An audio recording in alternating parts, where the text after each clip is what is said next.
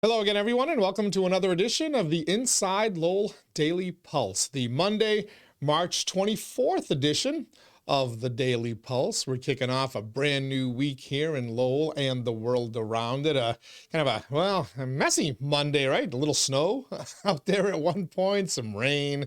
Who knows if any freezing stuff's coming down, but it's too damn cold for a spring day. But that is March, as they like to say. It comes in like a lion, sometimes goes out like a lion too, not necessarily a lamb. We'll see what the next week holds in store, but we're excited to have you here for another week of Daily Pulse broadcast. Today's show is a Big Mouth Monday edition of the Daily Pulse. Yep, this is the Big Mouth. This is the guest chair. So you're stuck with me for the next half hour or so, but we got lots to talk about. I figured it'd be a good opportunity to kind of clear up some confusion that I saw out there on the internet and social media, and people reaching out to me as well once the city council agenda came out, because tomorrow night's Lowell City Council meeting, very, very heavy on Lupoli stuff, and a lot of documents got, I don't want to call it dumped, but they've been revealed and stuff. The New Deal, we reported last week, as we told you first here, actually we reported maybe 2 weeks ago now. We told you that the city and Lupoli have reached an amicable separation agreement, a divorce, if you'll have it. Some folks questioned that when they saw the agenda come out and certain TIFs, tax credit things that were handed out to the Lupoli companies. They thought, oh, Sal is still in play. Well, he's not. We'll clarify all that for you. Plus, I've got a little bit about your electric bill by showing you my electric bill, so you can understand that everything I've been telling you these last few weeks here about why you're paying so much in electricity and in other fuel charges has everything to do with the policies that have been set forth here in Massachusetts, but also in Washington, D.C. up to this point. Plus, Inside Lowell Insider is going to Washington, D.C., should I say back to Washington, D.C.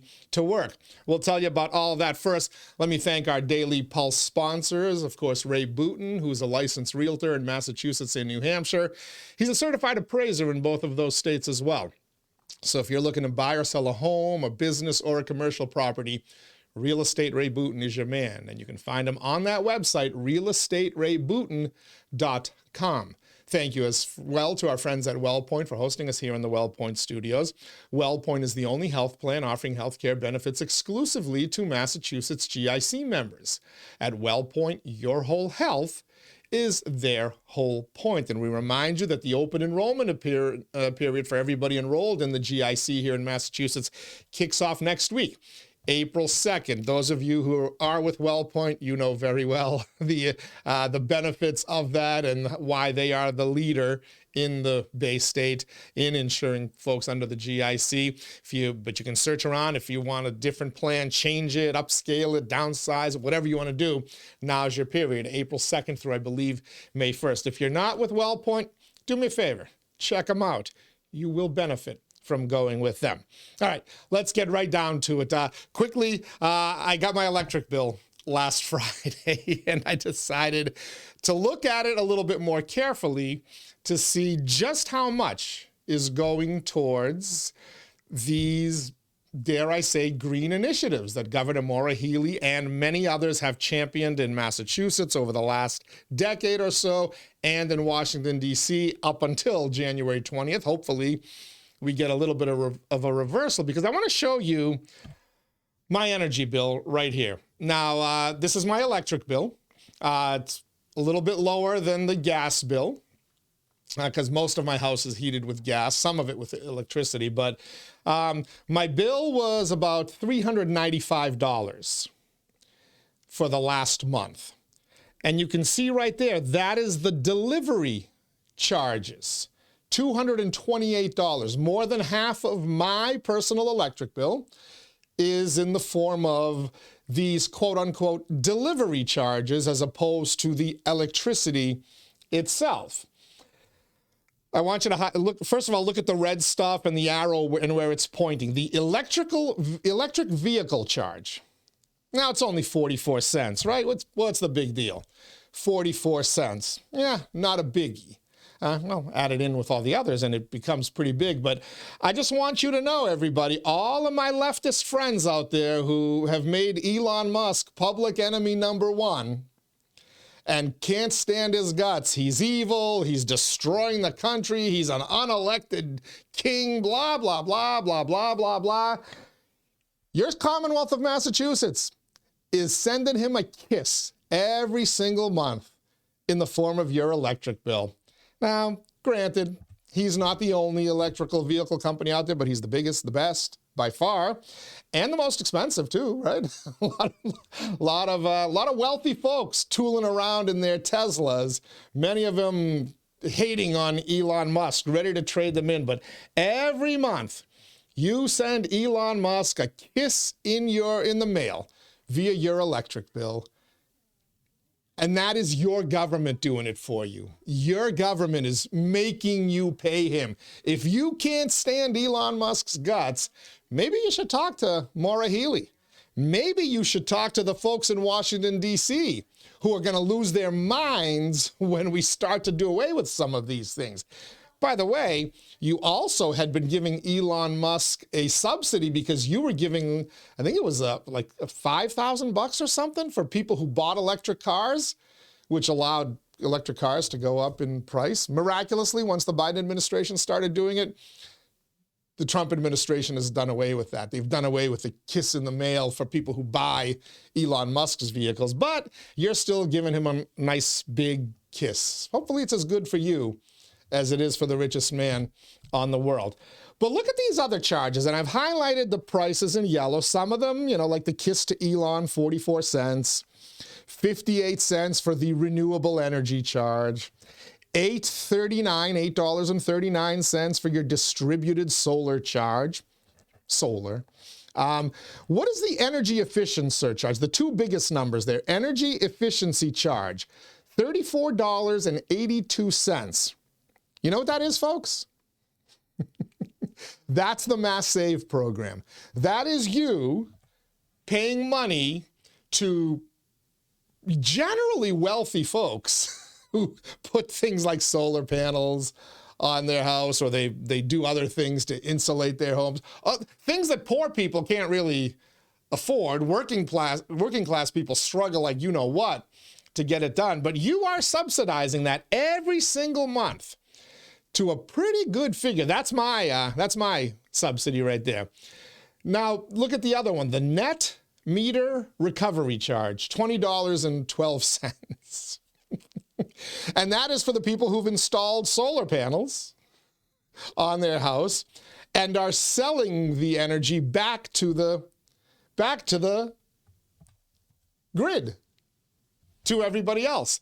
They're selling money back to the state. They're putting that back in. And you're paying for them to get the solar panels on there. Look at that.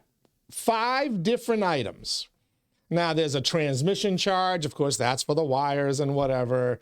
The distribution charge, that again, that's to get all your power to your home, the power lines, the maintenance, all the stuff that goes into it. Not enough, to be honest with you, as we've seen from some of these prolonged power outages when we have a storm or whatever. But in total, I've put it on the left side of the screen there for you. In total of my $228.12 energy delivery charges, $64.32 of it are for these green climate initiatives, so to speak. The cost of going green, it's costing you green, as I've been telling you all along, $64.32.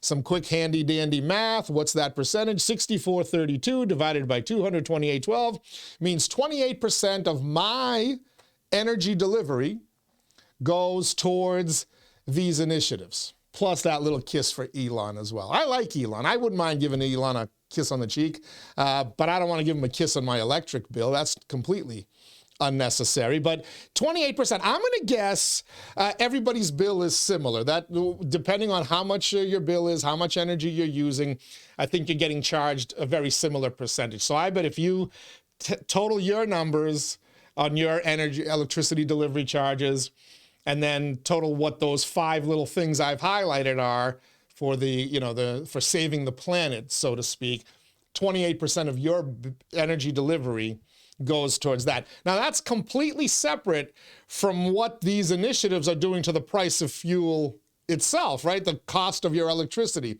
the cost of your gas or your heating oil or whatever you're using to heat your home. That's a completely separate charge.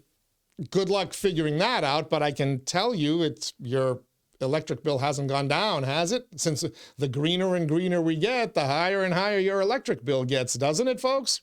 And it ain't just the delivery charges.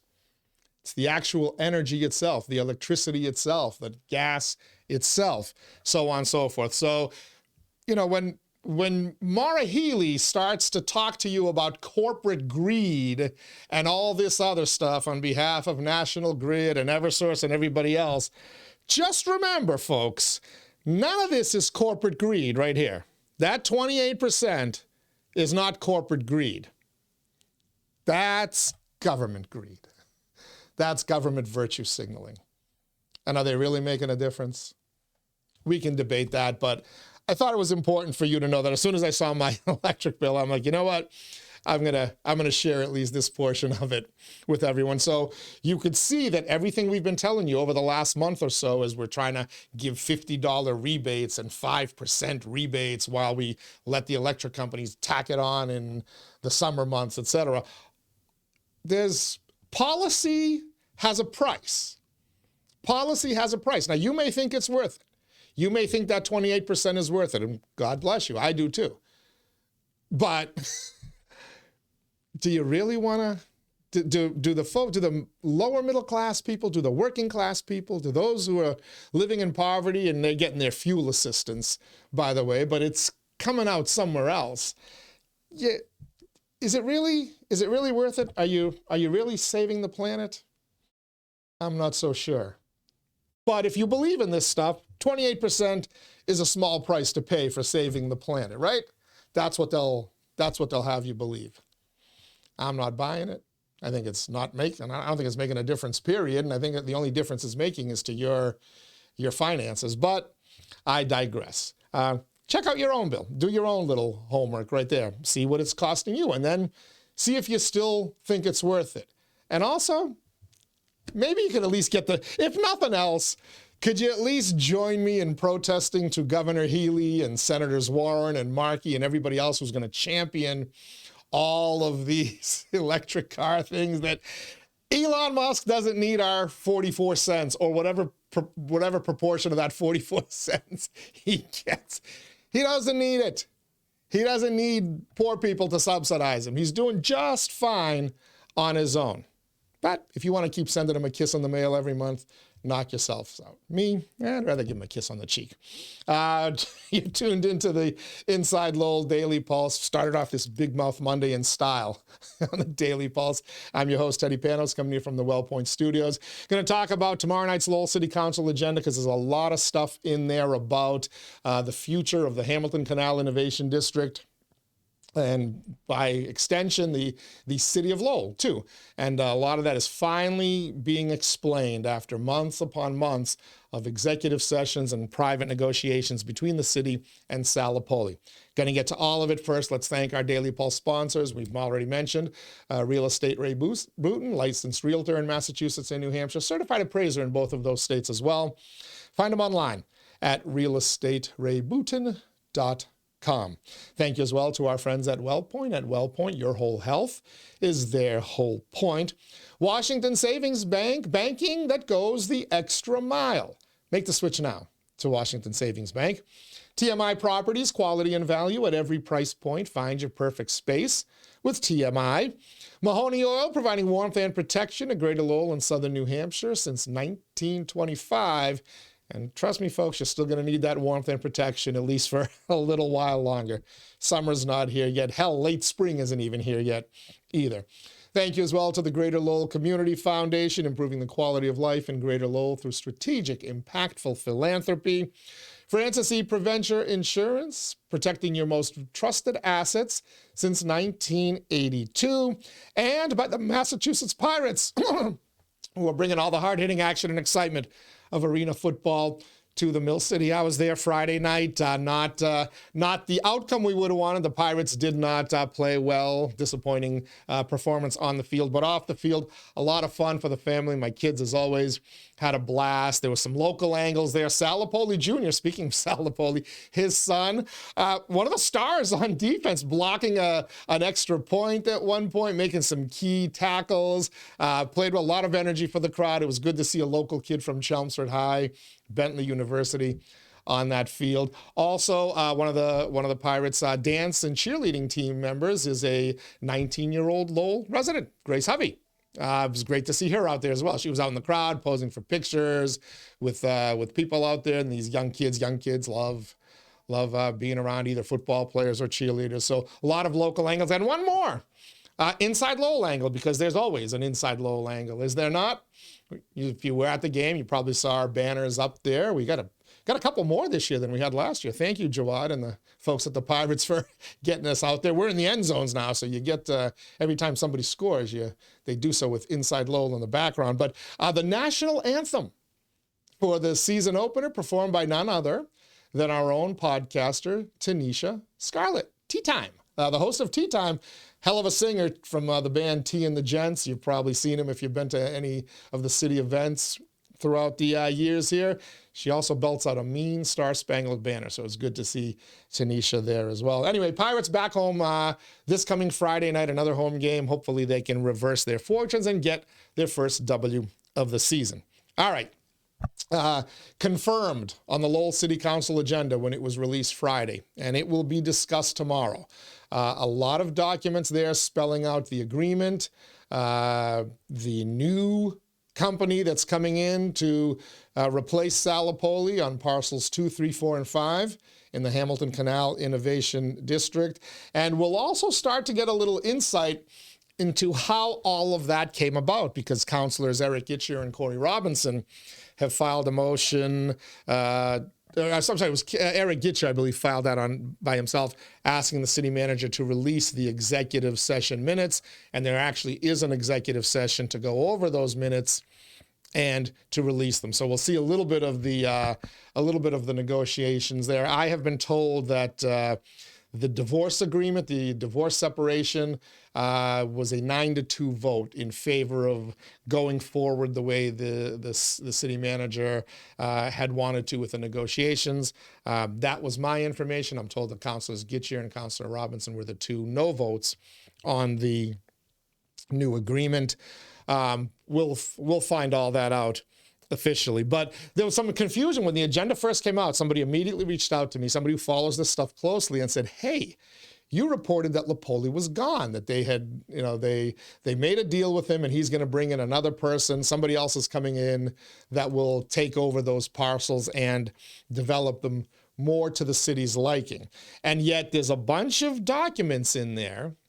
There's I think at least 6 different documents and votes that the city council has to take to approve what are called TIFs and ties. TIFs are tax increment financing agreements. It's basically a tax credit for job creation. A tie is a tax credit for housing creation. So you get a bunch of that in there. I think there's 4 different agreements, and all of them name the Lupoli companies. Which made me, as I was alerted to this, I immediately went to the agenda and looked at it, and I saw the same thing. And for a couple of minutes, it confused me there. And I reached out to a couple of folks. I'm like, wait a minute, you told me that Lupoli was selling those parcels, and it was explained to me that yes, what we had reported was accurate. Sal Lupoli has found somebody else to sell them to. The city had to approve of that sale and then move on. But the way it works is the step-by-step thing is before Sal Lupoli can transfer those parcels, sell those parcels to somebody else, these TIFs and ties that were a part of that have to be officially granted. And then when Sal Lupoli sells them, those transfer to the new developer. So the new developer will get the benefits that Lupoli Industries, Lupoli Companies was going to get when they delivered the properties there at the Hamilton Canal Innovation District. And let me just to show you that that is indeed the case, and I have to find the right paperwork there, and there it is right there. There's after the TIFs and ties, there's another report that asks the city council to vote to authorize the city manager to officially execute this agreement here that is out there. It's a bunch of long forms, but as you can clearly see, I've highlighted the relevant letter there, and it's also within the contract. The full contract is there. It's like, oh my God, a ton of pages. There's like multiple sections and subsections. The one that actually in the legal contract itself, the LDA, which an LDA is a land disposition agreement, specifically calls for this. It's a 16, section 16, subsection E is where you will find the language there, but it's also summarized in this letter here from the manager to Mayor Daniel Rourke and the city council. Manager requests the city council confirm their approval by authorizing the city manager to execute the LDA, as we said, land disposition agreement, including any additional required documents with Lupoli Companies for parcels 2 through 5 in the Hamilton Canal Innovation District. This amendment provides negotiated changes to the original LDA and will authorize Lupoli Companies to transfer the properties to a third party. So despite the confusion, the arrow points it to there. The last part of that says Lupoli Companies to transfer the properties to a third party. So everybody thinking that Sal Lupoli was still in there and he won and whatnot, well, no, he's out. Did he win because he doesn't have to build what the city council wanted him to build? Maybe he wanted out. Maybe, I don't know the deal that he has to sell it to the company, but also in section 16E is the name of the company that Sal Lupoli is selling to. They are known as Cabot, and Forbes. And a quick Google search of Cabot, and Forbes showed a number of interesting developments in Massachusetts in the Boston area. And I scanned as many of their developments as I could, trying to find, well, you know what I was looking for. I was looking for at least an 8-story steel and glass tower. But I had been told that don't get your hopes up. You're not getting your tower, Teddy. You're getting something different from what Sal Lupoli had proposed after kind of saying, I'm not going to build that 13-story tower that he had agreed to. I would have settled for an 8-story one, but I'm told I'm not even getting that. We shall see. We don't know yet what is being built, other than it is 270 housing units on those 4 parcels, 2 through 5, 2, 3, 4, and 5. We're getting 270 total housing units, and then we're getting 10,000 square feet of commercial development. What is that commercial? So I'm going to guess that's first floor, retail, restaurant, coffee shop, I don't know, little store, something. And then above it, housing. How many stories above it? I don't know.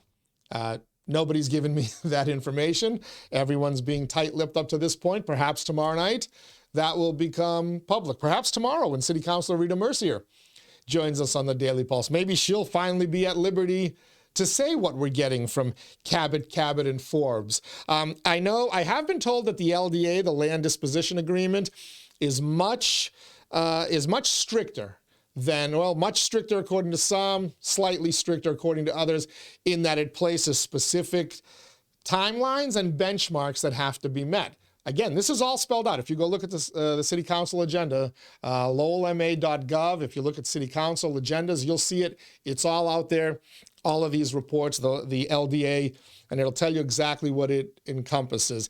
I'm told that if you compare it to the LDA that was signed with Sal Lupoli, this has more teeth to it, quote unquote.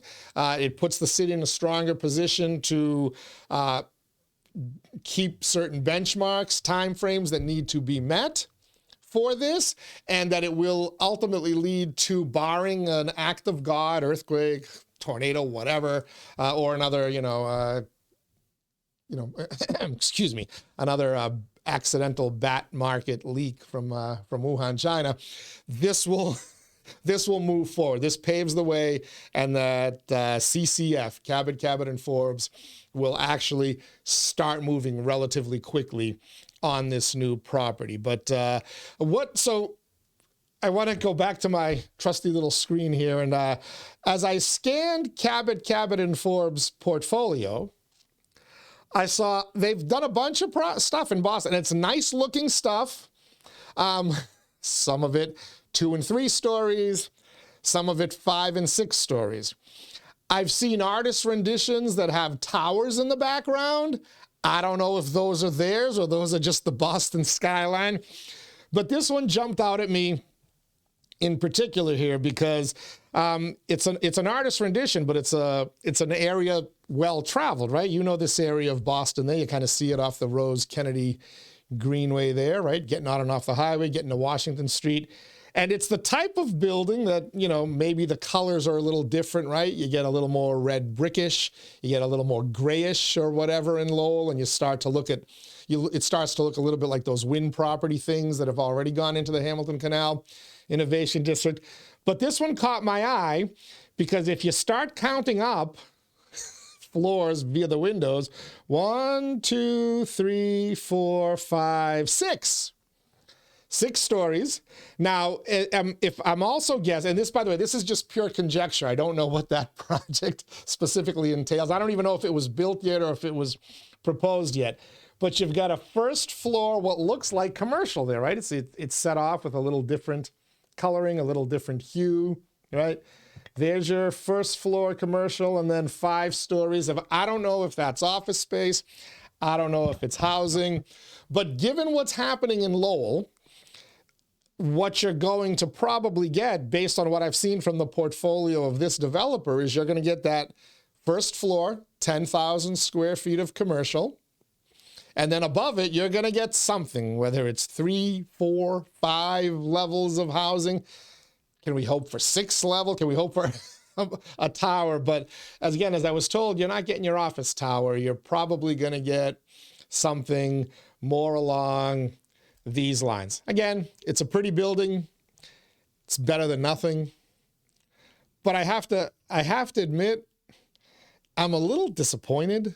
I think better of the city. I think we are better, and we should always strive for better things. Why not strive? Right? So we're not going to get the 13-story tower that was in the original LDA with Sal Lupoli. And I get it. The economics of that no longer work. The LDA was signed prior to COVID. People are eliminating office space completely. If you look at what's happening in Boston with their commercial properties and stuff, vacant, people are converting them to housing and Lord knows what else, left and right. So I get it. Lowell isn't going to get its 13-story tower that was promised. And I don't blame Sal Lupoli for doing that, for not doing that. I get the financial implications of it. Could we get an 8-story? Could we shoot for something commercial like we had up in Haverhill, Massachusetts, a Sal Lupoli, ironically, development up there where Bosa Restaurant is and a rooftop bar, and in between is 6 other levels. So you get a total of 8 of glass and steel and just a modern looking building, a signature building that would be in there with all the other housing and whatnot. Again, is there hope? Is there a chance that based on the interest from the link development over there at UMass Lowell and the spillover effect on it, or whatever this frontrunner city designation, the World Economic Forum and the United Nations, whatever they bring to the city of Lowell, could that give us something better than this? Again, not better. I'm just thinking something more signature. All right, let's word it that way. There are folks out there. I get it. There are folks out there who are like, hey, housing above all, nothing but housing, right? I mean, if you look at the on the city on social media over the weekend, there was photos of the apple orchard being eliminated up there on Christian Hill to make way for more housing. Um, the city didn't decide to use Community Preservation Act funding to actually preserve part of that nature and community that the apple orchard was, but they use it for housing and stuff. Yeah, that's why I'm not sold on increasing that CPA tax rate, because we're not getting preservation, we're getting housing. But anyway, that's a property, 𝐃𝐚𝐢𝐥𝐲 and Forbes, who is going to come in and replace Lupoli as the developer of those parcels in the Hamilton Canal Innovation District. That's a sample of the kind of work they do in Boston. And if you look at their portfolio online, they have a really sharp website, and they got a wide variety of developments that they've done. As I've said, some are 2-3-story historic looking things that have, steeples and, little towers that rise above and whatnot. They do great work. It's better than nothing. Could we have held out a little bit longer?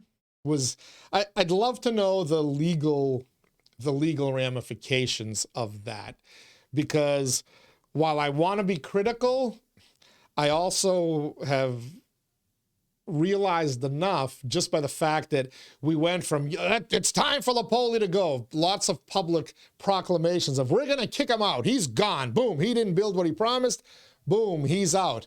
And we went from that to a half year plus of negotiations, which tells me that LDA, that land disposition agreement that Lupoli had signed in previous times, that it was probably a lot more complicated than just kick Lupoli out. I have a hunch that this city council would have kicked Lupoli out if they could have, and just tried to get it to another developer. But if what somebody told me, if what a source told me, that you're going to be disappointed, you're not going to get your 13-story tower or even your 8-story tower that I was hoping for, if that source is to be believed, we're probably going to get something closer to what Lupoli developed or proposed to develop instead of that 13-story tower, and maybe something a little bit more similar to this than what I would have hoped for. Why is it so difficult to do these things in Lowell? Why can't Lowell capitalize the way Haverhill did with that signature building out there right along the banks of the Merrimack? Why are other communities able to capitalize? Why can't Lowell? And by the way, this is not a criticism of Lupoli. He told you flat out. He says, I can't deliver what I promised. This is what I can deliver. If you want, I don't even think he wanted to guarantee commercial space, but I think he said, if you really insist on commercial space, I'll put it in there for you. But if what I'm hearing about what 𝐃𝐚𝐢𝐥𝐲 and Forbes might do is the same, then, well, they're kind of confirming what Lupoli said to you, right? Like, yeah, you're not going to get this in Lowell. And I know that multiple administrations, Tom Golden and his administration, and I know that Eileen Donahue, the prior city manager, and her administration had talked to people about commercial development in the HCID. 𝐃𝐚𝐢𝐥𝐲, which has done a bunch of properties, you can see them off 128 and a bunch of other areas, nice big giant office towers with lots of steel and glass. They had been, being spoken to. They were, the city, Eileen Donahue had told me she was hoping to get 𝐃𝐚𝐢𝐥𝐲 in there, and she was in discussions. Tom Golden, the same thing. He had been speaking to them, and they were looking at coming into Lowell. And ultimately they didn't. Eileen Donahue decided to go with Lupoli.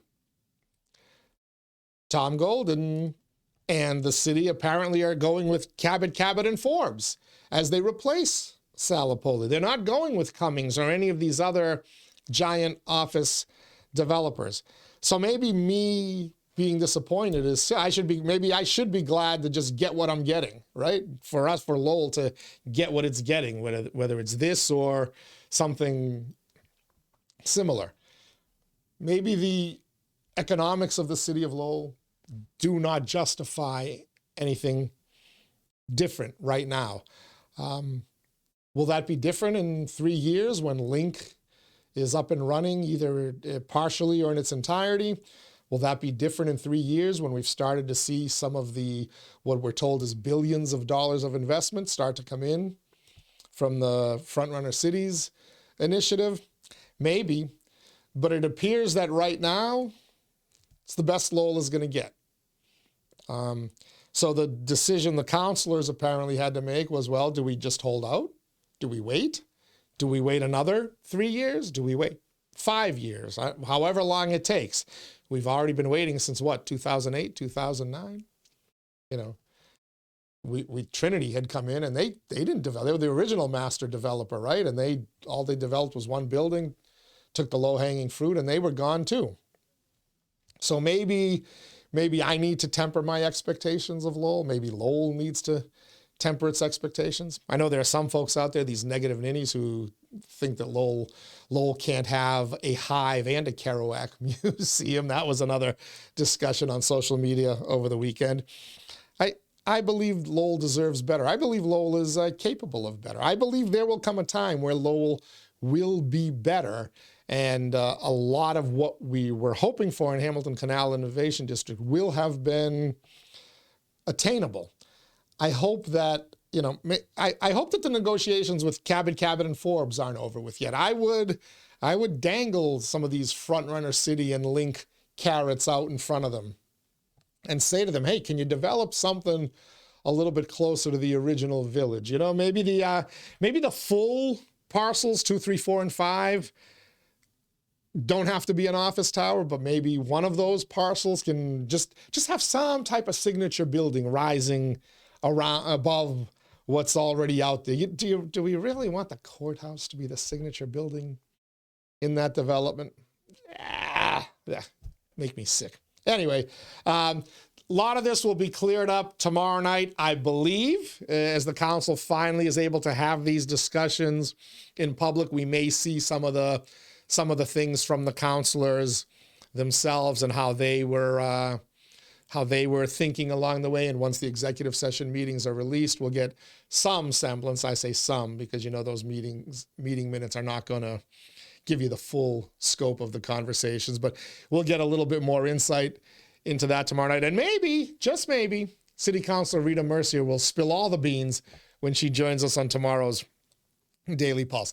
There's one more interesting agenda item out there.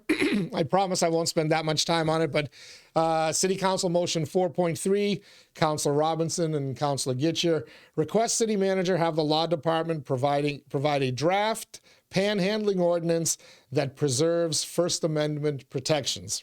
All right, here we go again. Panhandling ordinances. We've tried them before in Lowell. They've been shot down in courts around the country, not just Lowell's, but others. Court's a little different, and the homeless camping ban was okayed by the Supreme Court, and that's why Lowell now has a homeless camping ban. Maybe, just maybe, that opens the door to a panhandling ordinance that protects both First Amendment, free speech, and also protects people from constantly getting harassed by panhandlers. They're now starting to walk back and forth inside traffic again up there at the former Lord overpass, what I now call the Big Phil, and it's starting to get kind of annoying.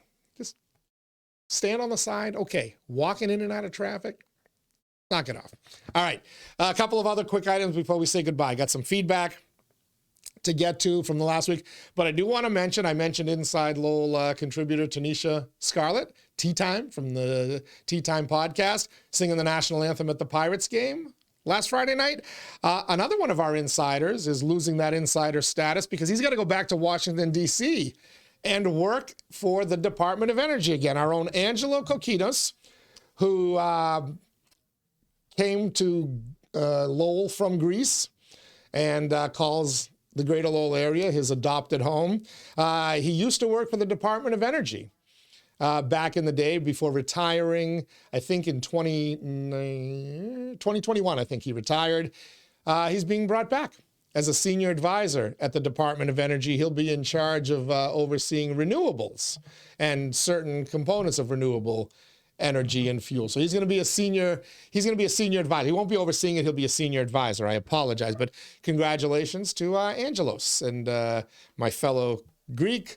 He's going back to DC, and hopefully he can inject a little wisdom into these folks who are doing what they did to your energy bill here in Massachusetts.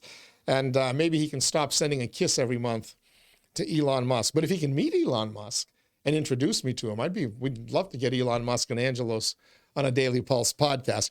All right, some feedback based on last week's shows. Our buddy Mark in South Carolina, Mark Peace, former Drake resident, regarding the show with Greg Pappas on from a week and a half ago. When was it that Greg was on? Oh, no, was that last Monday? Was it? Mark says, I love Greg. He is the best. Very limited early voting for folks that actually need it. Otherwise, one election day, paper ballots with voter ID, all problems solved. Here in South Carolina, voter ID is required. We talked with Greg last Tuesday, actually, regarding the city council agenda and a lot of the voting stuff. Very limited early voting, the old absentee ballot system, one election day, which, by the way, in federal elections, there is some legal discussion of the fact that the United States calls for one voting day. That is the first Tuesday in November, the first Tuesday after the first Monday, technically, in November. So if the first Tuesday is November 1st, then election day is November 8th. But there's been some talk that the Trump administration may try to go back to that for any election period that has federal races on the ballot, so that you don't have this 2 weeks or whatever of early voting plus the month-long mail-in voting and whatever. One election day with more limited mail-in ballot for those who need it, or they called it excused mail-in voting. We'll see how that plays out. But Mark, I like your idea. I think the way we do elections now is silly. And as you can see, it has done absolutely nothing to increase turnout. The easier access has done nothing to increase turnout, voter participation, voter engagement. All it's done is it's made the process longer, more drawn out, more complicated, and more susceptible to, let me say this for the YouTube censors, mistakes. How's that? Is that good enough for you, YouTube? Chen Deep, regarding the Friday show with the Pod Squad, said the high school, Lowell High School, does have a culinary arts program. I'm not sure where that is located, but they do have it for sure. That was part of a discussion we had with Batch and Michaela. Chen Deep adds, there is a vote to authorize the city manager to file special legislation to make homeless transportation exempt from MGL, Mass General Laws, Chapter 30B, procurement law, similar to special education transport, and it's on next Tuesday, tomorrow night's city council agenda. There could be some savings from this based on my recollection of the March 4th, 2025 city council meeting, says Chen when this motion discussion was made by Councilor Dakota. That was, again, a part of a discussion we had last week with Lowell School Superintendent Liam Neeson, and also as part of the Pod Squad Friday. Michael in Lowell had a similar discussion with Chen very similar post about that city council agenda item, trying to get a handle on some of these crazy transportation costs. Michael also adds, I would now question the design of the brand new Lowell High School cafeteria. Remember, we reported and last week when elections director Will Rosenberry said they can't do voting at Lowell High School cafeteria anymore because it doesn't have enough electrical outlets. And somebody over the weekend, I saw a post, mistakenly said, well, they can't do it there for now because, it's under construction. No. They did not put enough. That new cafeteria is done. They did not put enough electrical outlets in there. So that's no longer a site. So as Michael says, who designed it? Did nobody consult someone about how many electrical outlets are there? Oh, perhaps the design should be released because everybody should see it. And be honest, how do you design a building in the 21st century that doesn't have enough electrical outlets?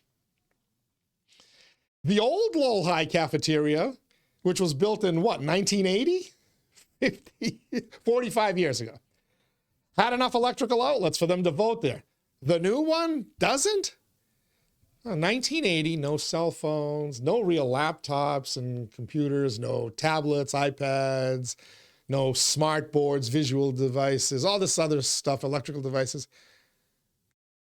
But it had enough outlets. And the brand new building doesn't. Yeah, Michael, I'm with you, man. I'm shaking my head. Michael also adds, around the 26:30 mark of the discussion with the Pod Squad last Friday, if you missed the discussion, there was a brief textbook discussion. I personally believe, Michael writes, it is a waste of money for school districts to purchase new editions of any textbooks.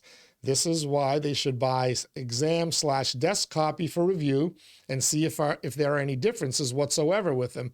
Then from there, a decision should be made if it should be purchased or not. Yeah, I mean, in these days of tightening school budgets, and we just saw North Andover is laying off 40 teachers because they can't afford them, they say, anymore, which is causing all sorts of angst in the town of North Andover, student protests, teachers protests, blah, blah, blah, blah, blah. Remember last year in North Andover, didn't the teachers strike there? Didn't the teachers strike over their contract terms? And one of the negotiating things of the town was, hey, listen, we can give you what you want, or part of what you want, but it's going to cost jobs. Well, here you go. The jobs have been cut now, and now they're kicking and screaming about saving the jobs. There are limited budgets, folks. The taxpayers are getting tired of shouldering more and more of the burden, right? So, as Michael says, if you can save money by not purchasing textbooks and put that money elsewhere, allocate it elsewhere, hey, it's time for these school committees, these school departments to look at different ways to save money. All right, that about does it for today's Daily Pulse. I said I was going to do about a half hour, and look at me. Big mouth Monday. We went 45 plus minutes.